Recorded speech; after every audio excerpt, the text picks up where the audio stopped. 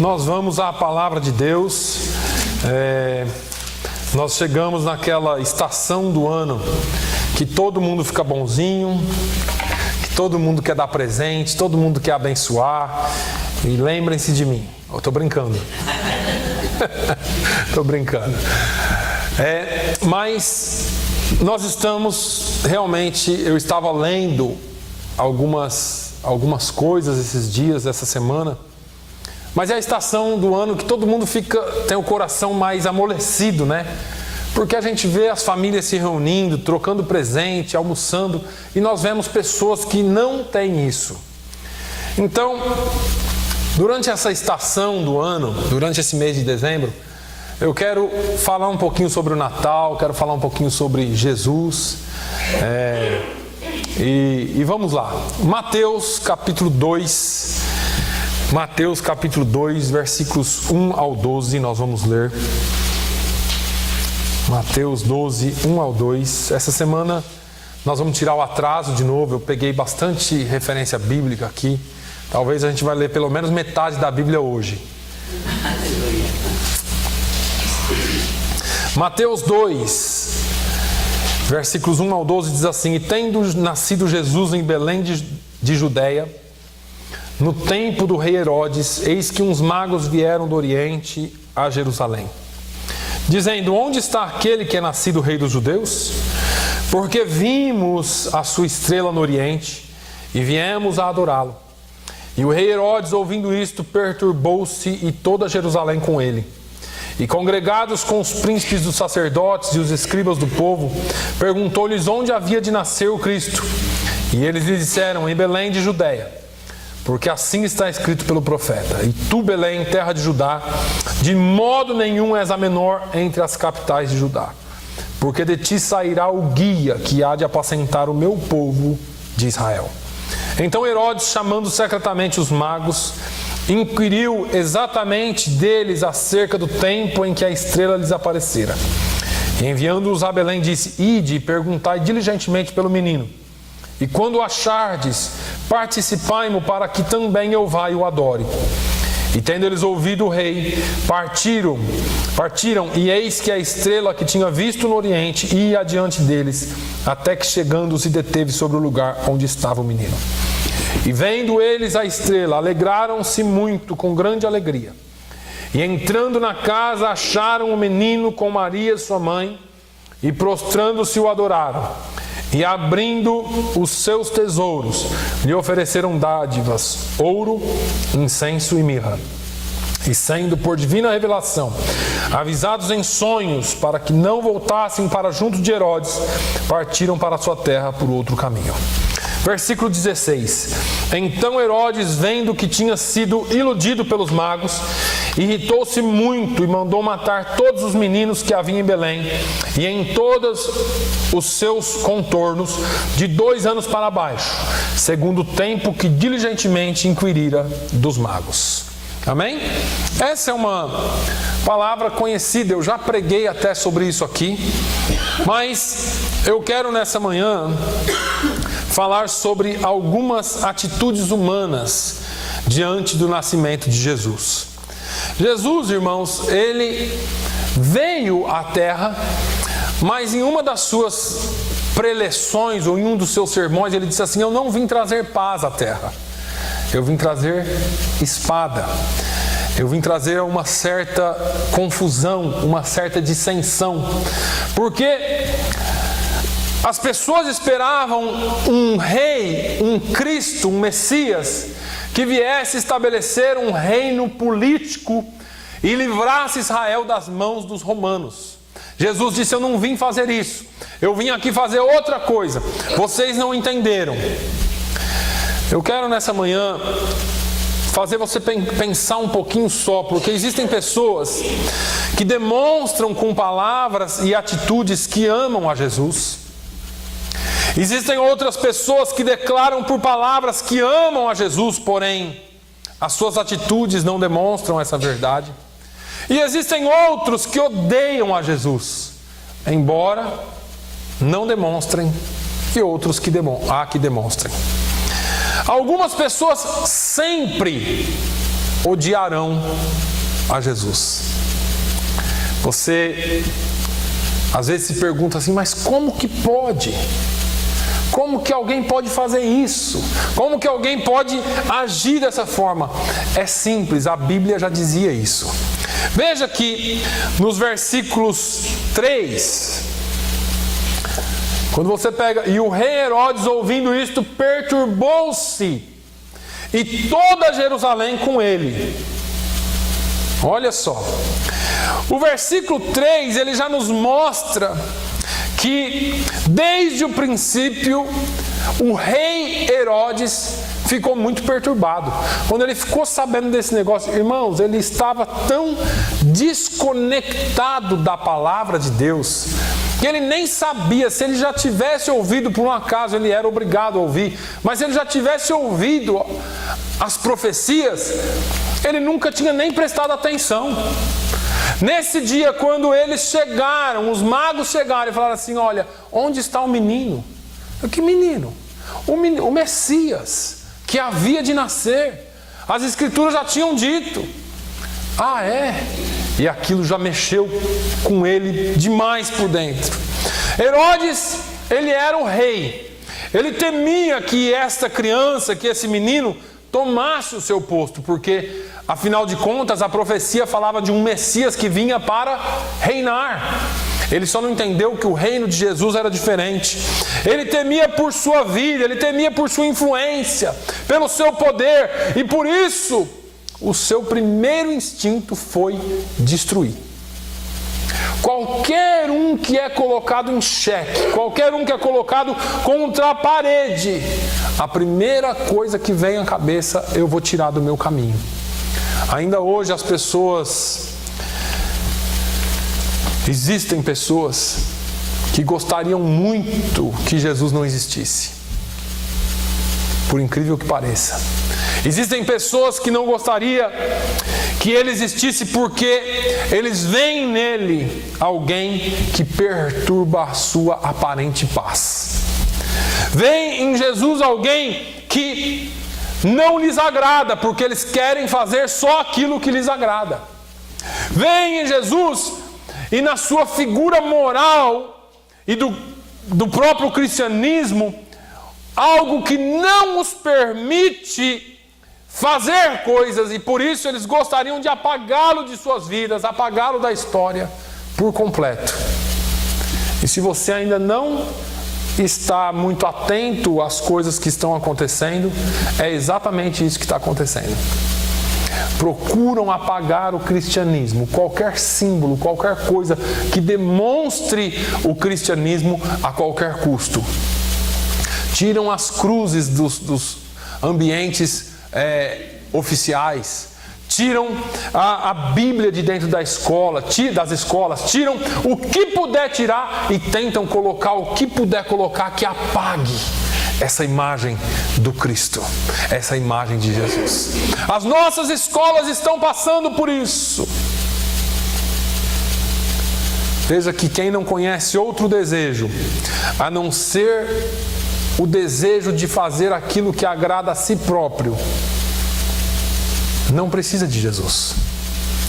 Essas pessoas pensam que elas são autossuficientes. Paulo falou um pouquinho delas. Romanos capítulo 1, quando Paulo escreve aos Romanos, se você pegar do versículo 21 em diante, vamos ler aqui.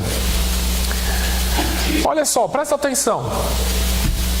Paulo, ele fala de uma maneira bem, e eu quero ser bem pausado hoje para você entender essa palavra. Ele diz assim: porquanto, tendo conhecido a Deus, não o glorificaram como Deus, nem lhe deram graças.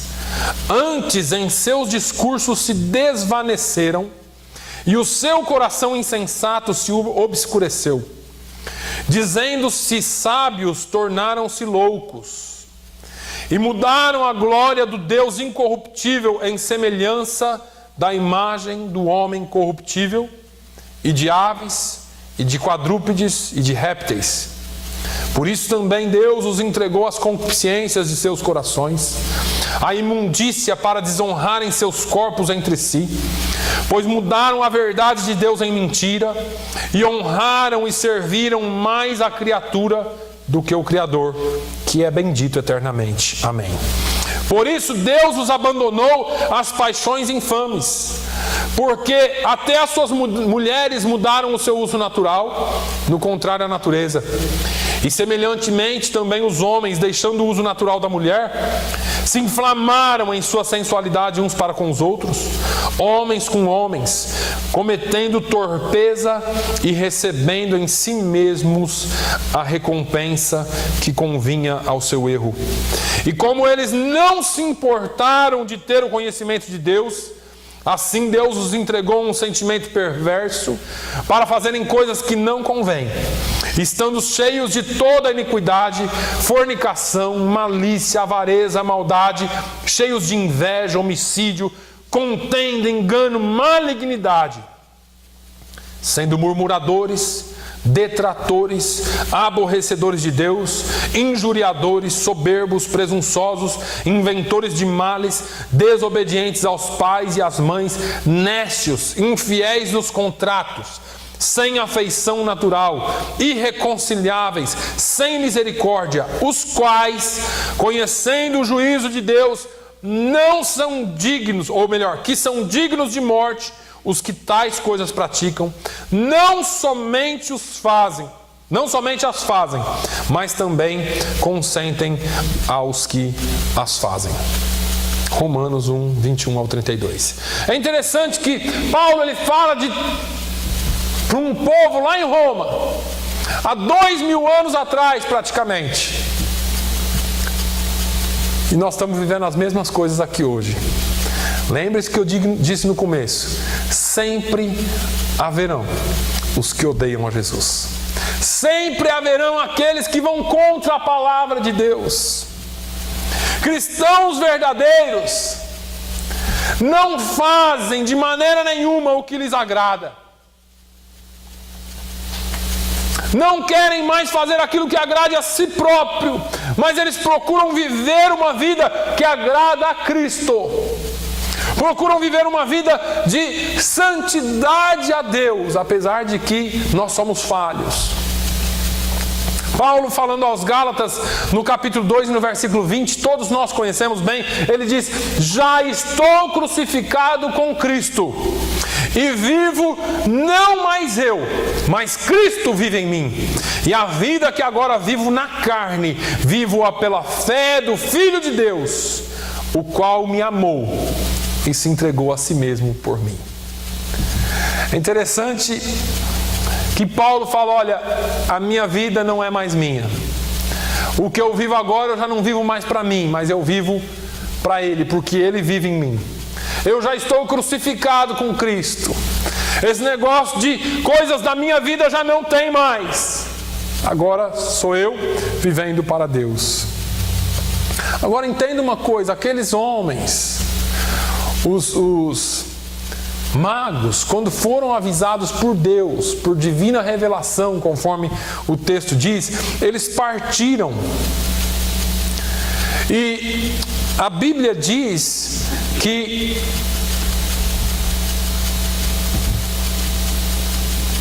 José teve um sonho, uma visão, e o anjo do Senhor apareceu para ele e disse: José, levanta-te, toma o menino, toma a mãe do menino e foge para o Egito. E fica lá até que eu te diga. Por quê? Porque Herodes há de procurar o menino para o matar. Veja que apesar de ter toda uma conspiração por trás de tudo, Deus estava no controle de tudo. Quando Herodes viu que havia sido enganado pelos magos, ele se irritou demais. Mandou matar todos os meninos de 2 anos para baixo que moravam em Belém e toda a circunvizinhança. Eu fiquei me perguntando, quando eu estava lendo essa passagem, até onde o ódio de alguém pode ir? Até onde o ódio de uma pessoa pode chegar? E eu quero contextualizar isso aqui hoje para você. Porque Herodes, ele não poupou a vida de nenhuma criança, ele tinha ódio de uma. Mas porque ele tinha ódio de uma, ele não poupou a vida de nenhuma.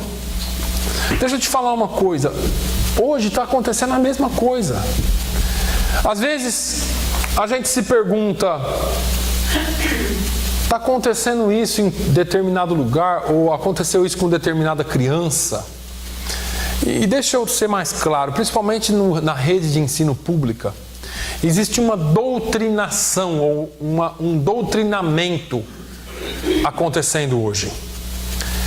E esse doutrinamento que acontece hoje dentro da rede pública de ensino, não é porque eles odeiam todas as crianças, é porque eles odeiam os cristãos.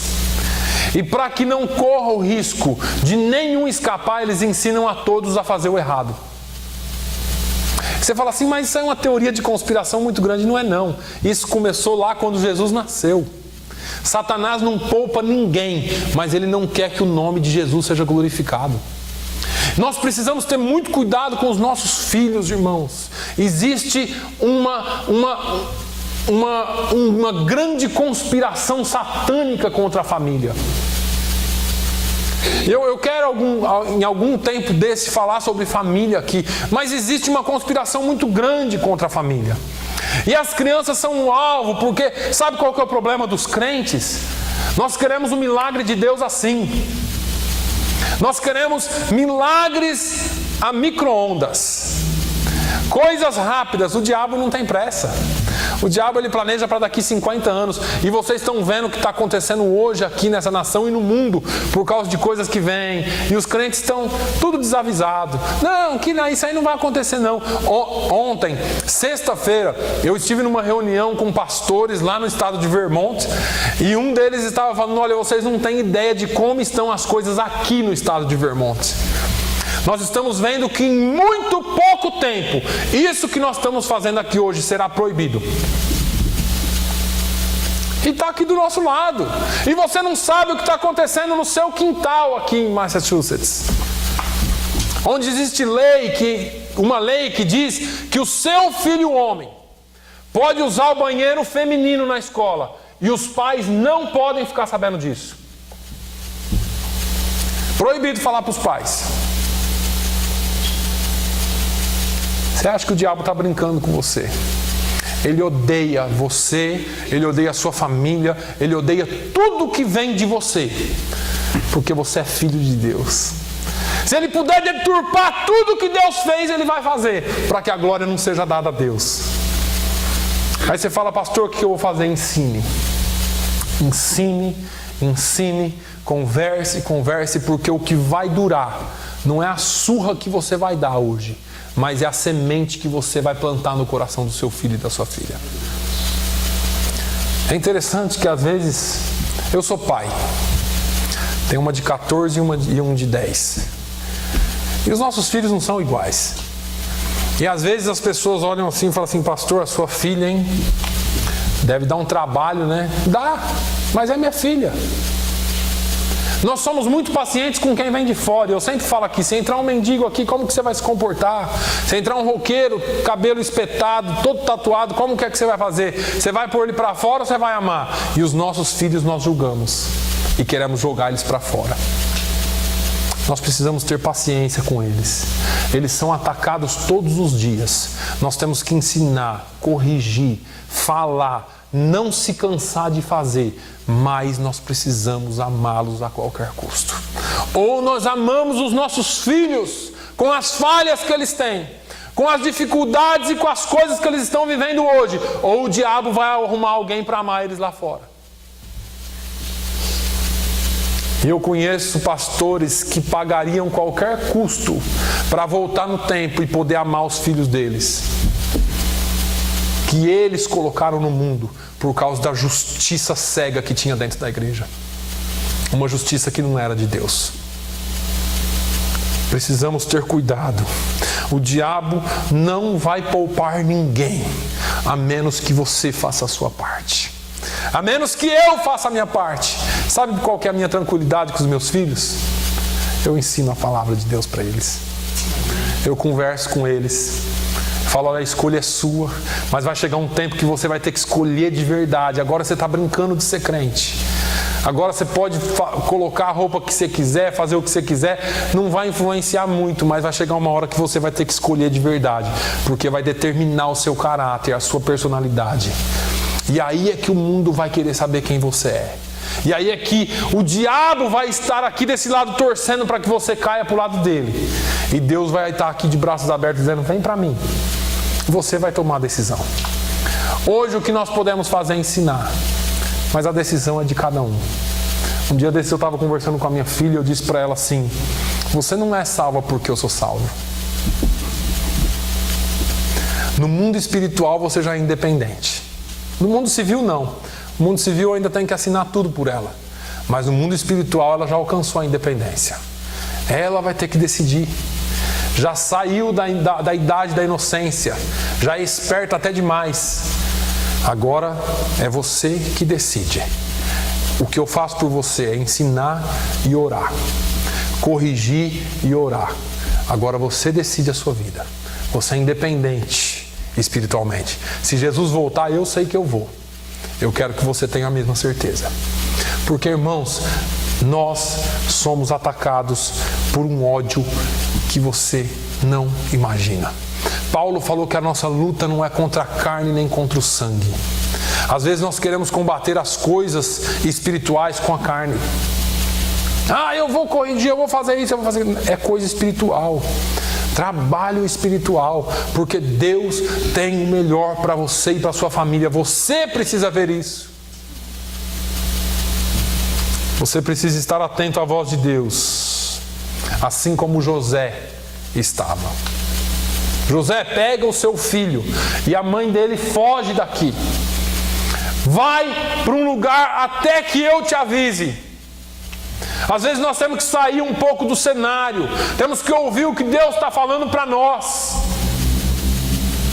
E fazer e seguir exatamente aquilo que o Senhor está falando. No passado, Herodes odiou Jesus. Não é porque ele conhecia o pai e a mãe e tinha ódio da família.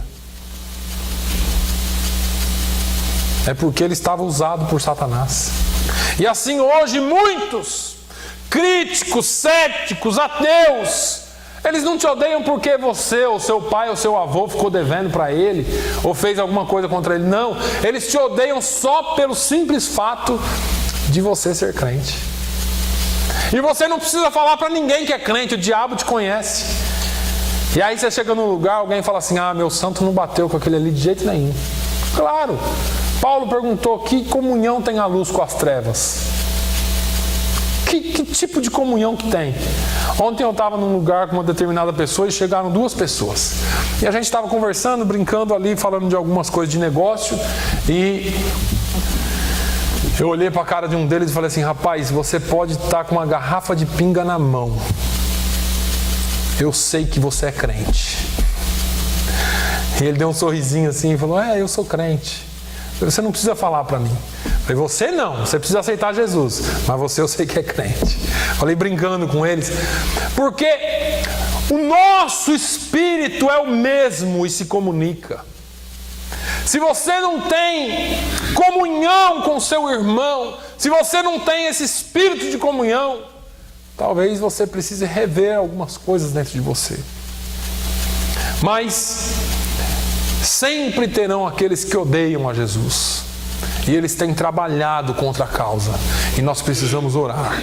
Nós precisamos buscar a Deus. Mas sempre existirão as pessoas que, a despeito de amarem ou dizerem que amam, negligenciam a Jesus. E eu estou falando, só para você voltar um pouquinho para o centro da mensagem, das atitudes que nós temos, as atitudes humanas que temos com relação ao nascimento de Jesus. Em Mateus 2, do 3 ao 6, diz assim, e o rei Herodes, ouvindo isto, perturbou-se com ele toda Jerusalém. E congregados todos os príncipes dos sacerdotes e os escribas do povo, perguntou-lhes onde havia de nascer o Cristo. E eles lhe disseram: em Belém da Judéia, porque assim está escrito pelo profeta: e tu, Belém, terra de Judá, de modo nenhum és a menor entre as capitais de Judá, porque de ti sairá o guia que há de apacentar o meu povo Israel. No passado, os escribas, os sacerdotes e o povo conheciam a teoria das Escrituras, conheciam teoricamente as profecias sobre Jesus, sobre o Messias. Mas ao invés de se alegrarem com a vinda do Messias, com as informações que os magos lhe deram, eles se perturbaram. É interessante quando nós estudamos no Antigo Testamento, olhamos as profecias, e se você puder e quiser, às quartas-feiras nós estamos falando aqui sobre o tabernáculo, que é um tipo e todos os seus móveis e tudo que há nele é uma tipologia e aponta para o ministério e a vida de Jesus. Mas desde o início, desde Gênesis, Deus já havia dado a palavra sobre a vinda de Jesus. Todos nós já ouvimos falar em Gênesis 3:15. E porém inimizade entre ti e a mulher, e entre a tua semente e a sua semente. Esta te ferirá a cabeça, e tu lhe ferirás o calcanhar. A profecia de que a serpente morderia o calcanhar do Messias, mas o Messias esmagaria a cabeça da serpente. Todos nós conhecemos, todos nós já ouvimos. Depois disso nós vamos ver muitas outras profecias, Isaías, Jeremias. Todos os profetas praticamente falaram da vinda de Jesus. E uma das maiores representações, como eu disse aqui para vocês, um dos maiores tipos está no tabernáculo, na habitação, porque aquela foi a habitação que Deus disse: fareis para ti uma habitação para que eu habite, para que eu esteja no meio de vós. E Jesus veio e João disse assim: olha, e o verbo se fez carne e habitou entre nós. Não era mais só em um momento, mas ele estava entre nós o tempo todo. O desenho do tabernáculo, todos os seus objetos, todas as vestes sacerdotais, todos os rituais, tudo apontava para o Cristo. Acontece que o povo se apegou a isso de tal forma, e algumas pessoas com más intenções passaram a se enriquecer com esse negócio de tabernáculo, templo, religião. Eles viram que dava certo e começaram a usar o povo, usar os ritos, usar os sacrifícios para se enriquecer. Não espanta que durante o ministério de Jesus, por 2 vezes ele limpou o templo, uma no início e uma no final do seu ministério, e chamou aqueles homens de ladrões e disse: a minha casa será chamada casa de oração e não covil de lobos. Aqueles homens transformaram tudo aquilo, todo aquele ritual, todo aquele simbolismo, tudo aquilo que Deus havia mostrado, apontando para o seu Filho Jesus, transformaram numa forma de ganho ilícito para o seu próprio bem. Se fosse como os profetas haviam profetizado,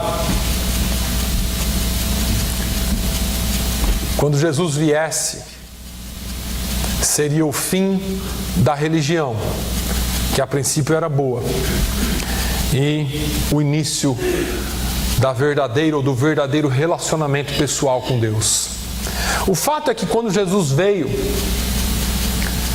eles não o aceitaram.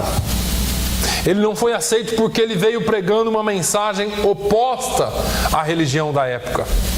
E presta atenção, porque tem muito a ver com o nosso dia. Eles não aceitavam Jesus, e Jesus não aceitou de maneira nenhuma o que os sacerdotes, o que a religião estava impondo ao seu povo. Deus não aceitou isso, porque esses homens, eles estavam negligenciando a Deus, usando a fé do povo para mantê-los ignorantes, e então eles manipulavam a massa. Eu não sei se eu estou falando alguma coisa estranha dos dias de hoje. Parece que hoje, quanto mais ignorante o povo for de Bíblia, melhor é. Porque eu venho aqui e posso falar o que eu quiser, que você vai dar glória a Deus e aleluia. E deixa eu te dizer uma coisa, eu prefiro você aí com os olhão desse tamanho para mim, e com as orelhas desse tamanho, do que dando glória a Deus e aleluia. Porque é melhor você aprender a palavra de Deus. É melhor você aprender a palavra de Deus e saber que essa palavra aqui é viva. Porque tem muitos lugares que é melhor o barulho, porque assim eu te mantenho ignorante. Assim eu te mantenho sem saber o que é a verdade. Porque é o conhecimento da verdade que liberta.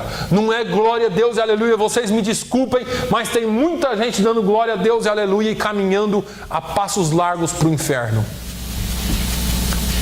Eu prefiro que você aprenda e entenda, porque eu não quero ser de maneira nenhuma julgado por negligenciar a palavra de Deus e ao próprio Deus.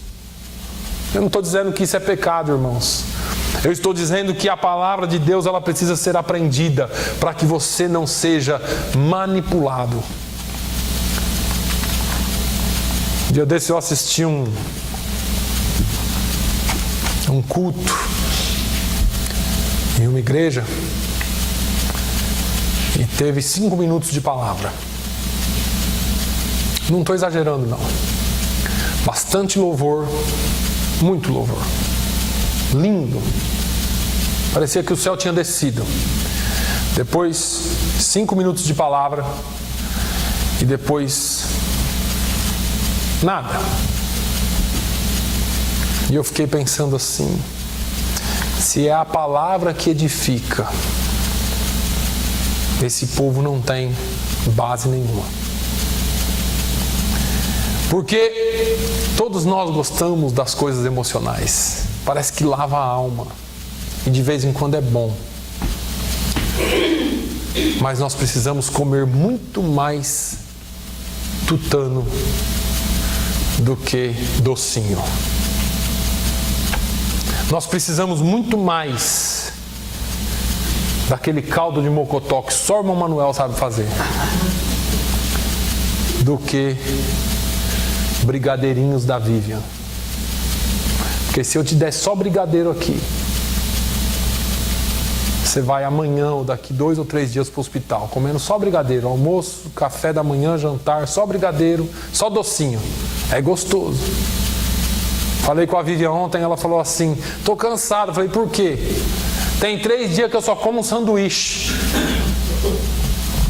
Ela ama sanduíche. Mas 3 dias só comendo sanduíche, ninguém aguenta isso. Irmãos, tudo que é demais, extrapola. Extrapola.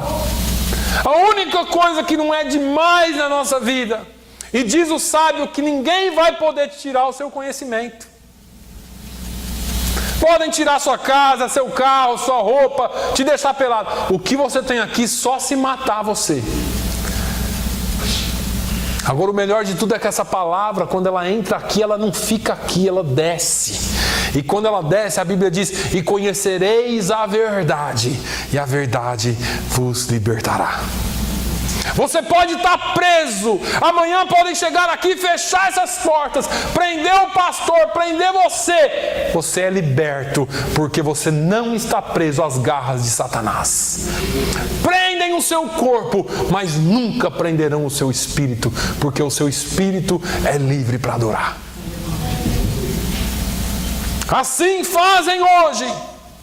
Jesus veio para acabar com essas manobras religiosas. A despeito dele ter vindo, elas continuam no presente.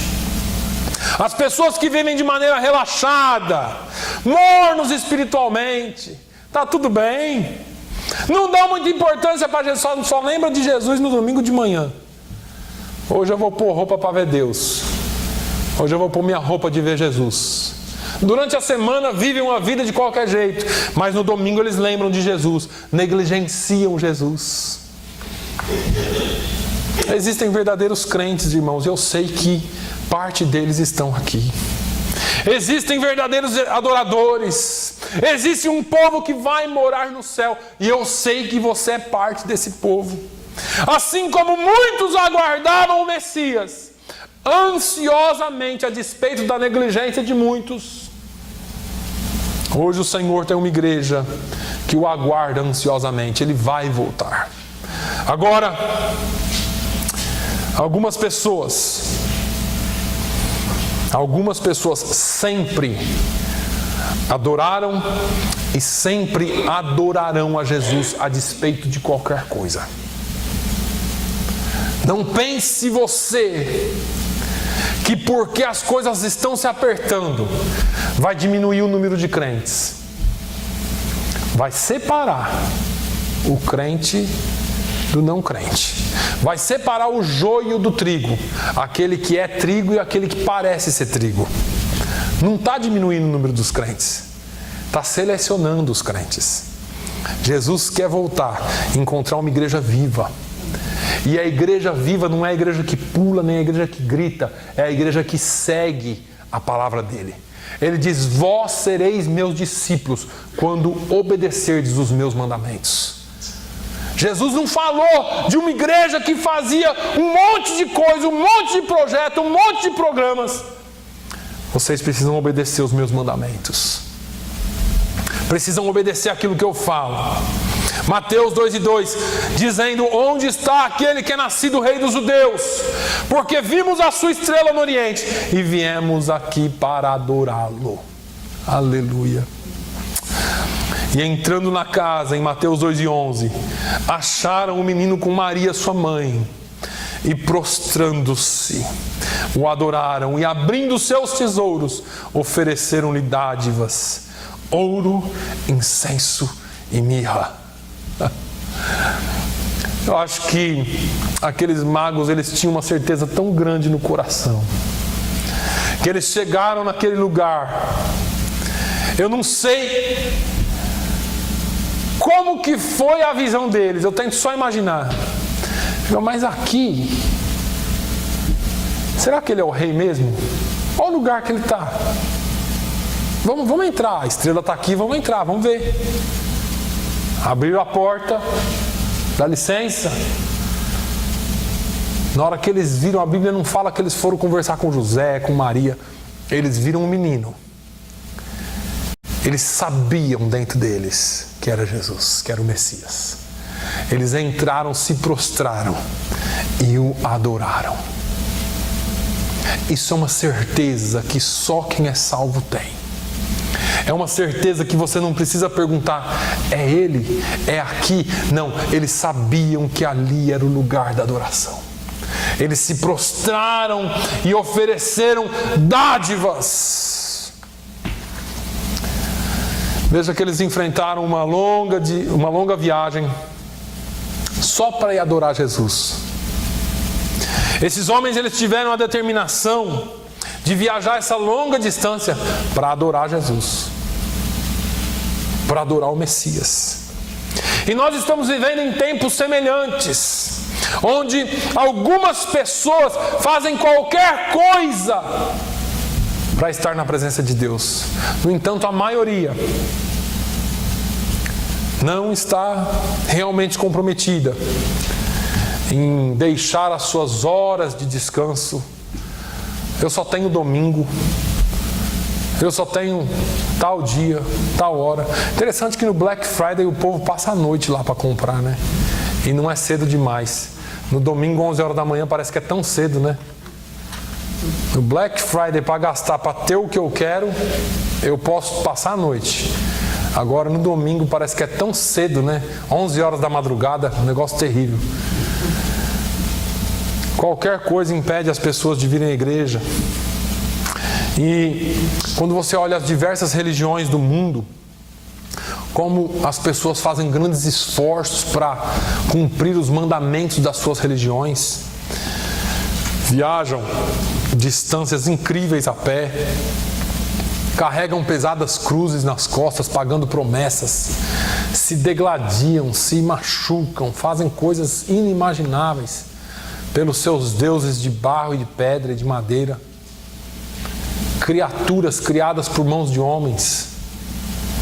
Os crentes, por causa da graça, por causa desse favor imerecido, por causa da redenção dos seus pecados, por causa da bondade de Deus, porque os meus pecados já foram perdoados, nós nos acomodamos. Não estamos muito dispostos a fazer o mínimo esforço para buscar a Deus. Quer saber, hoje eu estou com dor de cabeça, não vou na igreja não. Hoje eu estou gripado, não vou na igreja não. Hoje eu estou cansado, não vou na igreja não. E nós arrumamos diversas desculpas para não estar fazendo aquilo que Deus nos chamou para fazer. Não para estar num lugar, mas para nos reunir como igreja. E aí, eu fico imaginando, enquanto eu lia tudo isso, e na minha cabeça, eu não sei se eu consegui colocar tudo em ordem o que eu estava pensando, mas nós estamos mornos. Muitas vezes nós nos encaixamos naquela classe dos mornos espirituais. Quando Jesus, usando João, escreveu para as igrejas da Ásia, em uma das igrejas Jesus foi muito duro. O fato é que todos nós falamos muito de reavivamento, mas o reavivamento não vai começar em massa, irmãos. Me desculpa a decepção para alguns. O reavivamento não vai explodir numa cidade, a cidade pegou fogo.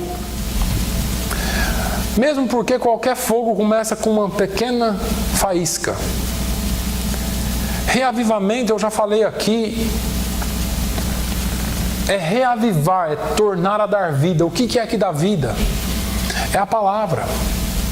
Todos os reavivamentos da Bíblia foram marcados por pessoas que voltaram à verdade das Escrituras. E pelo fato deles voltarem à verdade das Escrituras, aquilo mexeu com eles, choro, pranto, arrependimento genuíno. Não é assim, Senhor, nós queremos um reavivamento, eu quero todo mundo falando em língua e profetizando na igreja. Isso não é reavivamento. Reavivamento verdadeiro, meus irmãos. Reavivamento verdadeiro está nas pessoas que voltam à verdade da palavra de Deus. Não precisa ter muito movimento, precisa ter muito envolvimento com a palavra de Deus. Precisa ter muito compromisso com essa palavra. João, escrevendo à igreja de Laodiceia, Jesus disse para ele: ao anjo da igreja de Laodiceia escreve: isto diz o Amém, a testemunha fiel e verdadeira, o princípio da criação de Deus. Conheço as tuas obras, sei que nem és frio nem quente. Quem deras fosse frio ou quente. Assim, porque és morno e não és frio nem quente, vomitar-te-ei da minha boca. Como dizes, rico sou e estou enriquecido, de nada tenho falta. Não sabes que és um desgraçado e miserável e pobre e cego e nu. Aconselho-te que de mim compres ouro provado no fogo, para que te enriqueças, e roupas brancas para que te vistas, e não apareça a vergonha da tua nudez, e que unja os teus olhos com colírio, para que vejas. Olha, eu repreendo e castigo a todos quantos amo. Sê, pois, zeloso e arrepende-te. Eis que estou à porta e bato. Se alguém ouvir a minha voz e abrir a porta, entrarei em sua casa, e com ele cearei e ele comigo. Ao que vencer, lhe concederei que se assente comigo no meu trono, assim como eu venci e me assentei com meu Pai no seu trono.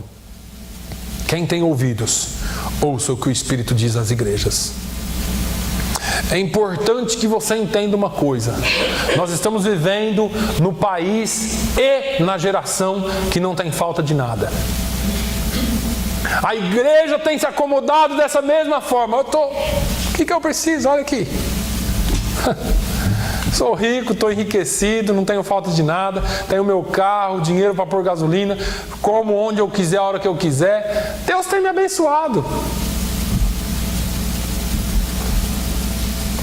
Não sabes que és um desgraçado e miserável e pobre, cego e nu. Deus não brinca com a sua palavra. Quando nós nos acomodamos naquilo que era para nós termos para abençoar, E para servir a Deus, o Senhor vem e chama a nossa atenção. Além da disposição de vir e adorar ao Senhor Jesus, aqueles magos trouxeram valiosos presentes a Ele. E eu te pergunto, você teve a disposição de chegar até aqui hoje? E eu sei que nós vimos a igreja para adorar a Deus. E quando nós chegamos aqui, nós queremos ser cheios do Espírito de Deus. Eu quero sentir a presença dEle, eu quero ser cheio. E eu sei que muitas vezes nós chegamos aqui precisando ter nossas baterias carregadas, né? A semana foi tão difícil.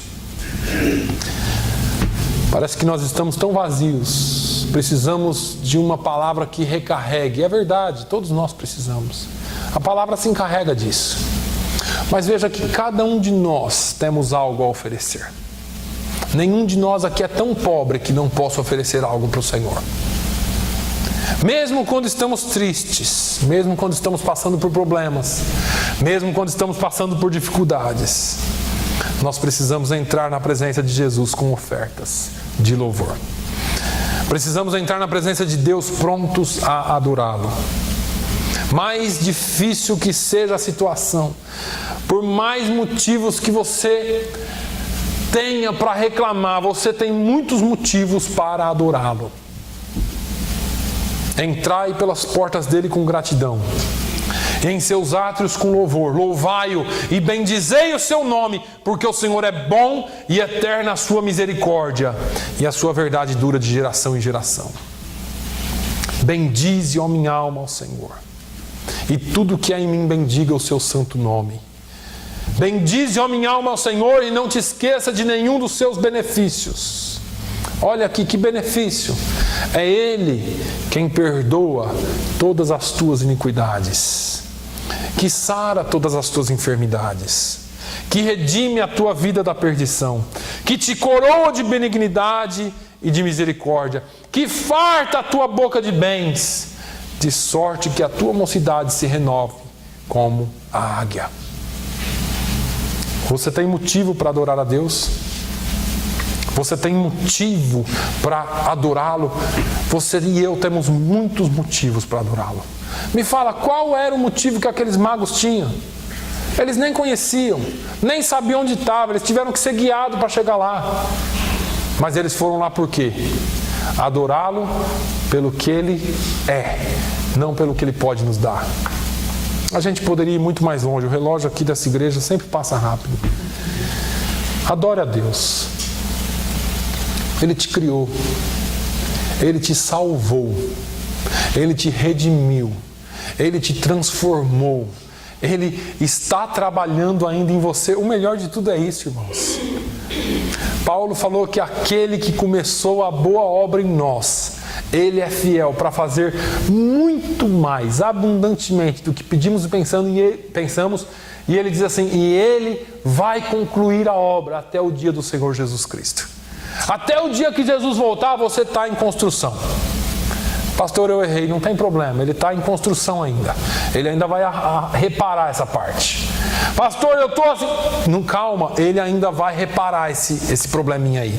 Deus está em busca de pessoas como fizeram aqueles magos do Oriente, que venham adorá-lo, que venham honrá-lo, que venham presenteá-lo. Nós precisamos vir e nos reunir como igreja para prestar um culto em primeiro lugar. Aquilo que Ele der para nós é lucro, mas em primeiro lugar nós precisamos oferecer. Adorar a Jesus é uma atitude nobre, poucos reconhecem. Adorar a Jesus é a atitude daqueles que humildemente reconhecem quem é Jesus.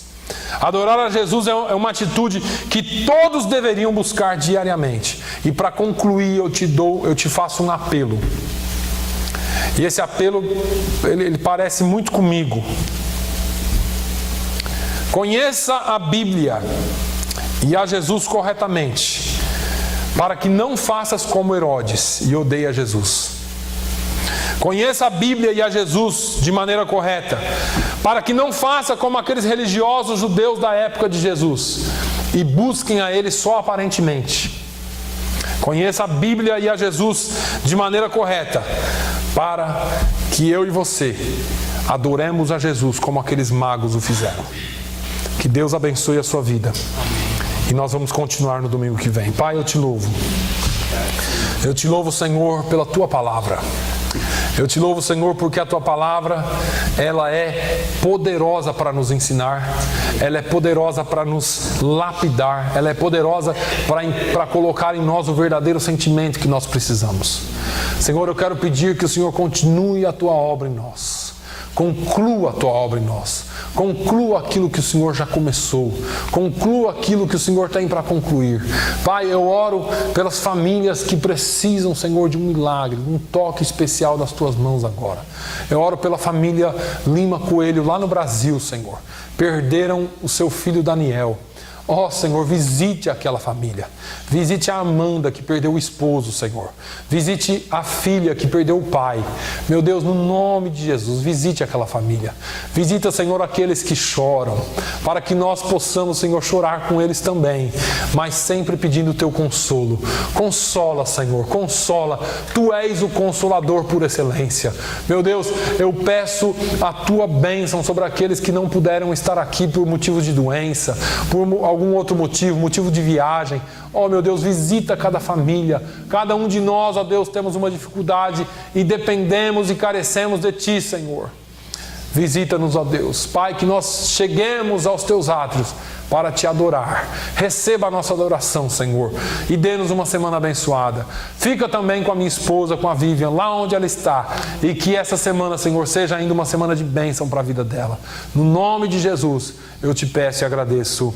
Amém e amém. Que o amor de Deus, a graça do nosso Senhor e Salvador Jesus Cristo, a comunhão e a consolação do Espírito Santo seja com todo o povo de Deus, hoje e sempre. Todos digam amém.